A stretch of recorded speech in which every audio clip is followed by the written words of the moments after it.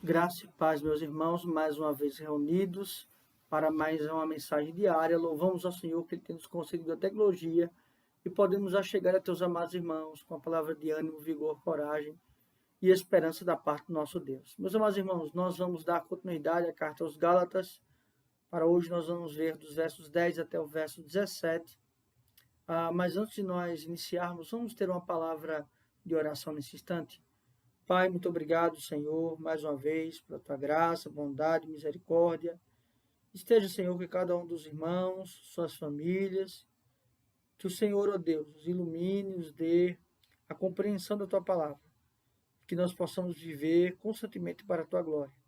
É assim que nós oramos, em nome de Cristo, nós já te agradecemos. Amém.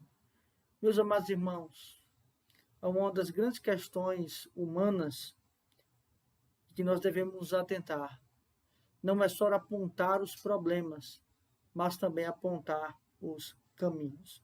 Quando o apóstolo Paulo chega dos versos 10 até o verso 17, primeiramente ele falou acerca dos inúmeros problemas que estavam acontecendo na região da Galácia. Igrejas essas que o apóstolo Paulo fundou, sobretudo abraçar antigas práticas judaicas em detrimento da eficácia e da suficiência da obra de Cristo. Mas ele agora, depois de falar então e ser maldito aquele que prega um falso evangelho, falando acerca desses falsos mestres, ele agora se volta primeiramente para o seu exemplo, para o seu chamado, e para então trazer para os irmãos o que seria este verdadeiro evangelho. Ele então vai nos dizer através do verso número 10. Porventura procuro eu agora o favor dos homens ou de Deus?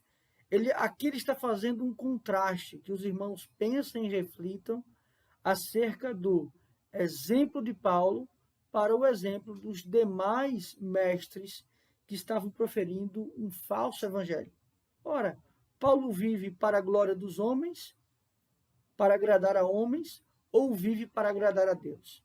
Então, o que ele fala aqui também é uma denúncia acerca da mensagem do Evangelho.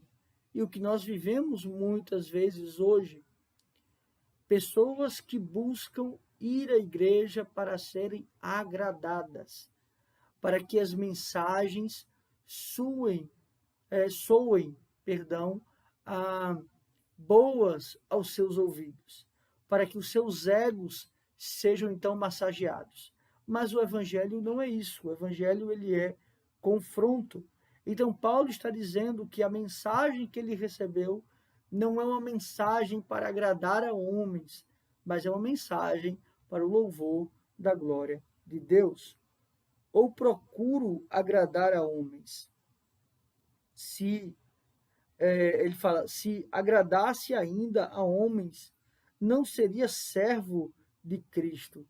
Ele então fala desta condição, porque, ora, se eu prego para homens ou para agradar a homens, eu então não cumpro não só o meu papel, mas eu não sou servo de Cristo. Eu não sou escravo de Cristo. Porque, embora preguemos para pecadores, a nossa pregação, o nosso louvor, o nosso culto, ele deve subir como um aroma suave às narinas de Deus. Pois o resultado da pregação é um ato do Espírito e não da nossa habilidade, da nossa intelectualidade, do nosso vocabulário, mas sim uma obra do Senhor. No verso 11 ele vai dizer: faço-vos, porém, saber, irmãos, que o evangelho por mim anunciado não é segundo homens, porque eu não recebi, nem o aprendi de homem algum. Ele vai dizer, mas mediante revelação de Jesus Cristo. Ou seja, ele então fala da sua experiência pessoal. Paulo, um apóstolo fora de tempo, recebe de Jesus Cristo os ensinamentos do Evangelho. E é este evangelho que ele prega, Cristo crucificado. E ele vai então falar da sua experiência com Cristo, na entrada de Damasco, o chamamento do Senhor em relação a Paulo. No verso 13, ele vai dizer: porque ouvistes qual foi o meu proceder outrora no judaísmo, como, ele vai dizer, como sobremaneira perseguia eu a igreja de Deus e a devastava. Perceba que aqui Paulo não deixa ausente a sua vida antes da conversão por intermédio de Cristo. Ele fala então dos irmãos que este evangelho desvenda, revela a plenitude daquilo que foi prometido e que outrora ele andava em pecado, outrora ele perseguia esta igreja.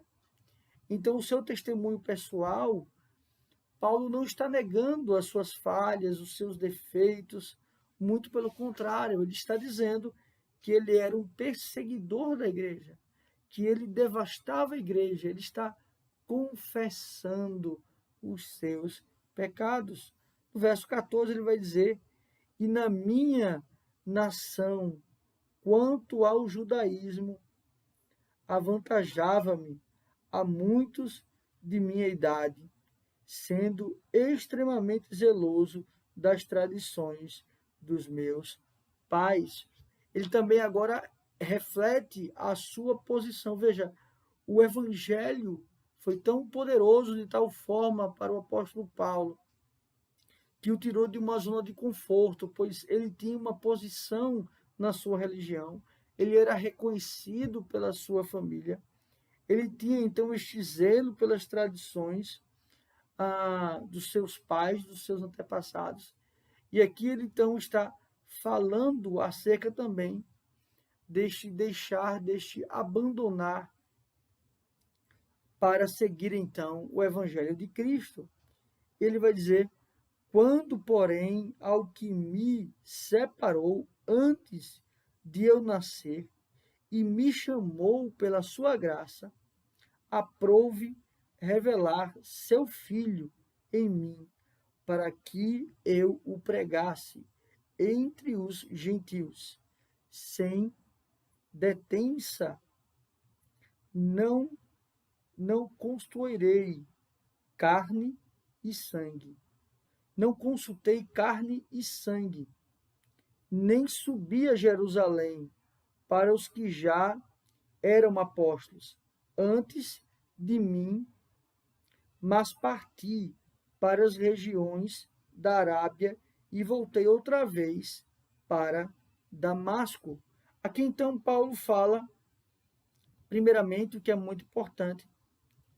Ele fala dessa concepção de ter aprendido com Cristo, e ele fala que tudo isso, ou seja, seus ensinamentos judaicos, a sua caminhada com o seu povo, tudo isso foi um preparo do Senhor.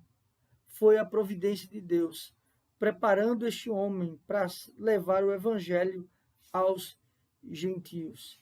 Ele não se volta para Jerusalém, ele não se volta para os apóstolos, mas ele entende o seu chamado, ele entende o propósito de sua vida e de sua existência, de pregar o evangelho aos gentios. Ele então fala desta zona de conforto, mas ele termina então dizendo qual é a sua missão, qual é o seu chamado. Deus o chamou, foi Deus que o separou, foi Deus então que o converteu. Ele prega então o evangelho. Meus amados irmãos, nós também devemos pregar constantemente o verdadeiro evangelho de Cristo Jesus.